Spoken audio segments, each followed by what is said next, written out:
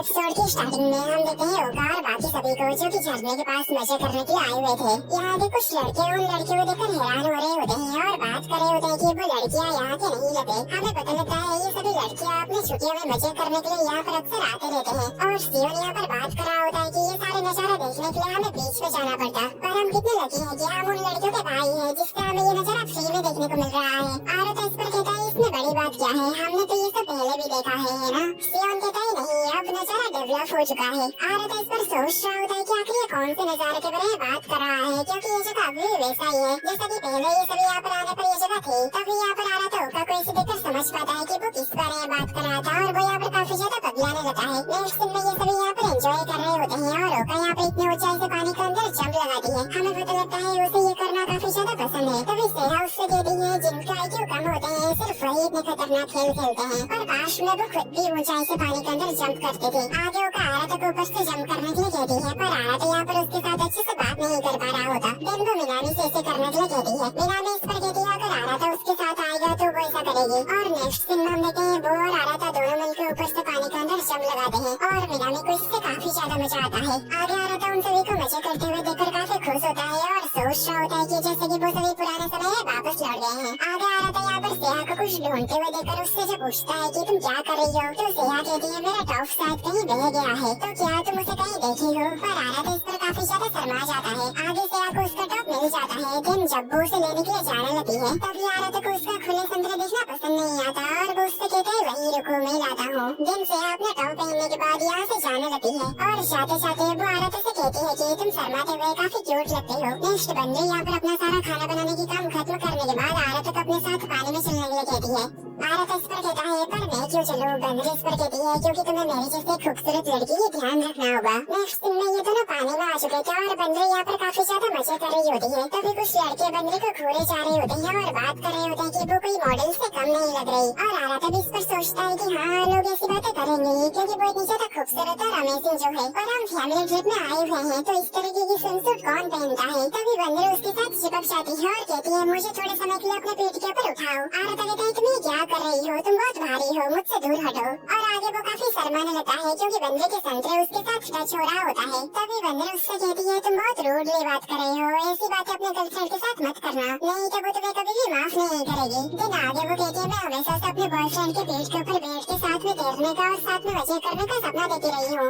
आराता कहता है इस तरीके के बेकार के सपने देखना बंद करो और मुझे लगता है तुम अपने बॉयफ्रेंड बड़े ही आसानी से पा सकते हो। आगे बंदर उससे कहती है क्या तुम्हारे दिमाग में कुछ चल रहा है तो तुम मुझे बता सकते हो, मैं तुम्हारी बड़ी बहन हूँ तो मुझे तुम्हारी चिंता होती रहती है। तभी आराता सोचता है ये चीज कोई ऐसी बात नहीं है जो कि मैं उसे बता सकूं। आगे आराता उससे कहता है तुम मेरी चिंता मत करो, मैं पूरा कोशिश करूंगा कि मैं तुम्हारा छोटा भाई बन सकूं। आगे ये दोनों झरना के काफी ज्यादा करीब आ जाते हैं। तभी बंदरी आराता से झरना के और भी ज्यादा करीब जाने के लिए कहती है और इसी दौरान आराता उसकी संतरे की दबाव को और नहीं सह पाता और नीचे गिर जाता है और ये दोनों ही पानी के अंदर गिर जाते हैं। आगे ये दोनों पानी से बाहर आते हैं। तभी बंदरी उसे आई लव यू कहती है, पर झरने की आवाज की वजह से आराता उसकी बात को सुन नहीं पाता। दिन बंदरी उसके साथ पानी में खेलने लगती है और इन्हें ऐसे कोतुना देख रही होती है। नेक्स्ट हमें शाम का सीन दिखाया जाता है। यहाँ पर आराता के पास कोतुना आती है और उसे अपने साथ कोल्ड ड्रिंक्स खरीदने के लिए चलने कहती है। नेक्स्ट ये दोनों साथ में जा रहे होते हैं और आराता उस दिन बाथरूम में हुआ घटना के बारे में सोच रहा होता है और समझ नहीं पा रहा होता है कि वो उसके साथ कैसे बात करे। दिन वो उससे बात करने लगता है कि जब वो छोटी थी वो यहाँ पर पानी में डूबने वाली थी,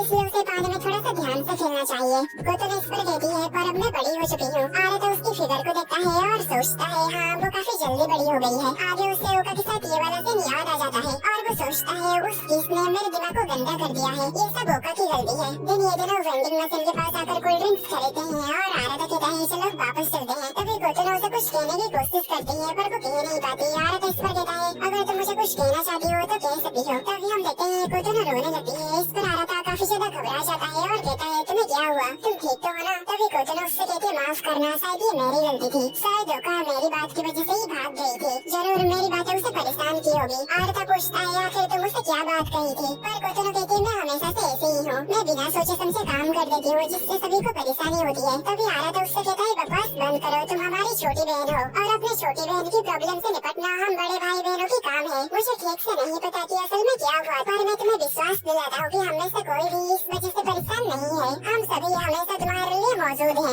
आगे कोतनो पास्ट के बारे में सोचती है। उन सभी भाई बहनों में से उनकी मॉम की याद सबसे कम कोतनो की ही है और वो अपने डैड से भी ज्यादा बातें नहीं करते। डैड अपने काम के लिए जाने से पहले उन सभी भाई बहनों को उनका काम क्या है और उन्हें क्या क्या करना है वो कहते हैं। जैसे कि बंदरी को अपने बाकी भाई बहनों का ध्यान रखना है और आराता को उनकी कंपनी का सक्सेसर बनना है। लेकिन आखिर में जब कोतनो की बारी आती है तो वो कोतनो से कहते हैं यार दिन एंजॉय करो और काफी खुशी से रहो। नेक्स्ट हम आगे देखते हैं जब उनकी मेड कभी कभी उनके घर में उनके काम करने के लिए नहीं होती तो वो सभी लड़कियां आपस में ही सारा काम को बांट लेती थी और कोतनो को कहते थे कि तुम बस एक जगह पर बैठो और आराम करो। इसलिए कोतनो को लगने लगा था कि जैसे कि उसकी यहाँ जरूरत ही नहीं है। नेक्स्ट सीन में जब ये सभी पास्ट में इस झरने के पास घूमने आए थे तो कोतनो गलती से रिवर में गिर गई थी और उसे तैरना भी नहीं आता। इस पर ये सभी काफी ज्यादा परेशान हो जाते हैं। तभी आराता जल्दी से कोतनो को बचाने के लिए पानी में कूद जाता है और कोतनो को पानी से बाहर भी ला देता है। कोतनो आराता को कहती है मुझे माफ करना, तुमने मेरी वजह से खुद को खतरे में डाल दिया। आराता कहता है बकवास बंद करो, तुम मेरी छोटी बहन हो तो मैं तुम्हें बचाऊंगा ना। और कोतनो यहाँ पर काफी ज्यादा रोने लगती है और इसी दिन से ही वो आराता से प्यार करने लगी थी। नेक्स्ट ये दोनों वापस से इन लोगों के पास आ जाते हैं और यहाँ पर ये दोनों आराता के साथ कोतनो को देखकर थोड़े सोच में पड़ जाते हैं। नेक्स्ट हम देखते हैं ये एक चर्च में आए हुए थे जहाँ पर बहुत सारे कैंडल लगाया गया था और ये जगह बहुत ही ज्यादा खूबसूरत होता है। ये सभी बचपन में यहाँ पर कई बार आया करते थे। आराता यहाँ पर सोचता है आज हम सभी बहुत मजे किए। आगे सोचता है हम कभी भी अपने बीच की बॉन्ड को नहीं तोड़ेंगे, हम हमेशा ही ऐसे ही रहेंगे जैसे कि हम अभी हैं। लेकिन तभी उसे ये सीन फिर से याद आ जाती है और वो यहाँ पर फिर से काफी ज्यादा परेशान हो जाता है। आगे वो कहता है मैं इस चीज को हमेशा ही इग्नोर नहीं कर सकता, मुझे इस चीज के बारे में ओका से बात करनी ही पड़ेगी। पर अगर क्या होगा अगर वो इस बात को लेकर सीरियस हुई तो आखिर तब मैं क्या करूँगा। भले ही हम असल के भाई बहन नहीं है पर क्या मैं उसे रोमांटिक नजरिए में देख सकता हूँ। आगे वो कहता है नहीं बिल्कुल भी नहीं, मैं अपने डिसीजन से पीछे नहीं हट सकता। लेकिन ऐसे ही इसे नजरअंदाज करने से ओका को कोई भी मदद नहीं मिलेगी। आगे वो जाते हुए यहाँ पर इन तीनों को देखता है और वो यहाँ पर छुप जाता है। कोतनो यहाँ पर इन दोनों से माफी मांग रही होती है और कह रही होती है कि मेरी वजह से तुम्हें बहुत परेशानी का सामना करना पड़ा। आराता सोचता है शायद कोतनो इसी बारे में तब मुझसे बात कर रही थी।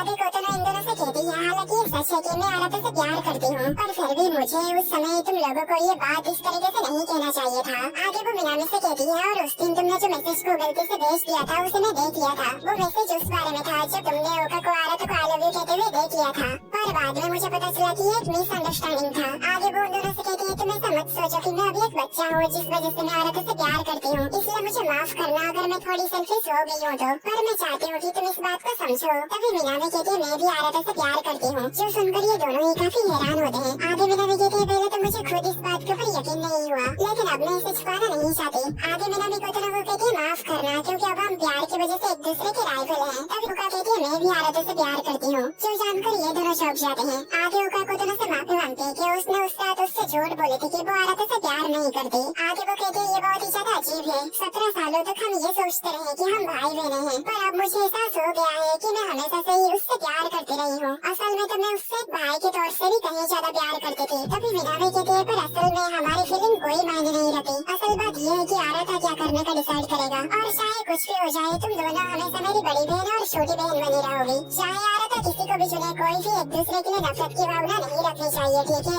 और इन सब बातों को जानने के बाद आराता यहाँ पर काफी ज्यादा ही चौंक चुका होता है और ये एपिसोड खत्म होने से पहले हमें इन सभी को फिर से एक बार दिखाया जाता है और यहीं पर ये एनिमे का सीजन 1 और ये एपिसोड खत्म होता है।